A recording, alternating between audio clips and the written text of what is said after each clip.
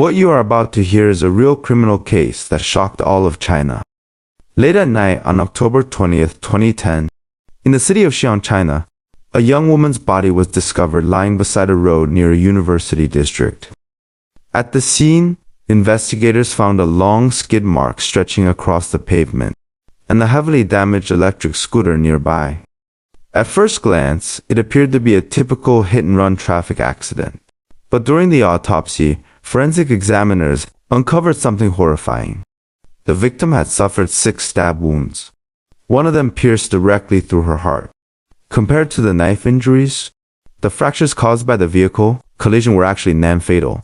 What initially looked like a traffic accident was suddenly transformed into something far darker.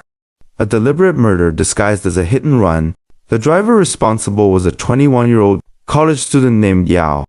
At the time, he was a junior piano major at the Xi'an Conservatory of Music. His father was a former military officer, and his mother worked for a state-owned company. To outsiders, Yao appeared to be the model child, disciplined, talented, and academically successful. He had been raised under strict expectations and was considered the pride of his family.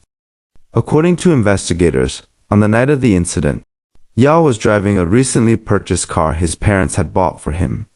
Earlier that evening, he had gone to visit his girlfriend at her university. At around 10:30 p.m., while driving back alone, Yao reportedly lowered his head to change a CD while behind the wheel. That was when he struck a woman riding an electric scooter. Her last name is Zhang. According to Yao's later testimony in court, after the collision, he got out of the car and approached the injured woman. As she lay on the ground, struggling in pain, she allegedly attempted to memorize his license plate number. That single moment triggered overwhelming panic inside him.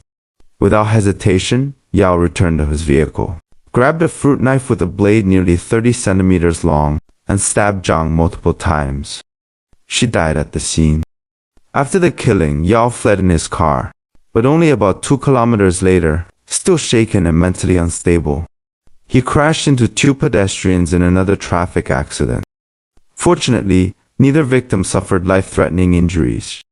When Yao's parents learned about this second accident, they rushed to the hospital, visited the injured pedestrians, and paid their medical expenses. At that time, they had no idea their son had already committed murder earlier that same night. In the days following the crime, Yao became increasingly paranoid and emotionally unstable, unable to endure the psychological pressure any longer. He finally confessed everything to his parents 3 days later. Shocked and horrified, they immediately took him to the police station, where he surrendered himself to authorities. The video showed Zhang riding her electric scooter home after work. It would become the last known footage of her alive. Zhang was only 26 years old. She was the mother of a 2-year-old child. That night, she had just finished work and was heading home when tragedy struck, only 3 kilometers away from her house. Her family was devastated. They believed that if Yao had simply called for help or taken her to a hospital after the crash, she likely would have survived. Even if he had fled the scene without helping her, someone else eventually would have discovered her and called emergency services. The injuries from the traffic collision alone were not fatal. So why did he use a knife? And why was there a knife inside his car in the first place?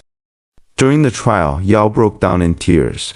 When asked about his motive, he gave an answer that ignited outrage across China.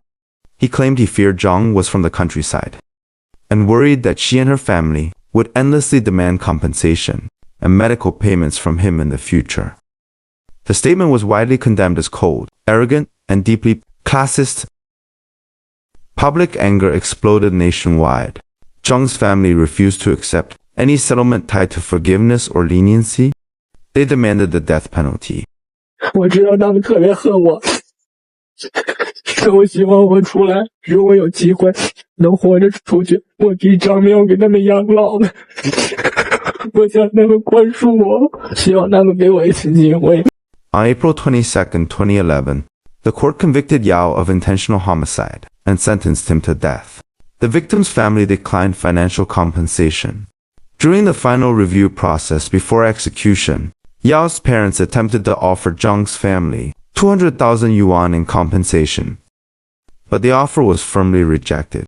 Yao's father later told reporters that his son's final wish was the money to be used to support Zhang's parents and help raise her child. He said the money would remain available to the family whenever they chose to accept it. But even after Yao was executed, the controversy surrounding the case did not end. Shortly afterward, Zhang's father, accompanied by relatives and villagers, went to the Yao family's home and attempted to claim the previously rejected compensation money. A physical confrontation broke out between the two families. The Zhang family later filed a lawsuit seeking the 200,000 RMB. However, 5 months later, they unexpectedly withdrew the lawsuit and formally gave up the compensation entirely. One reckless decision turned a traffic accident into a deliberate killing, destroyed multiple families forever.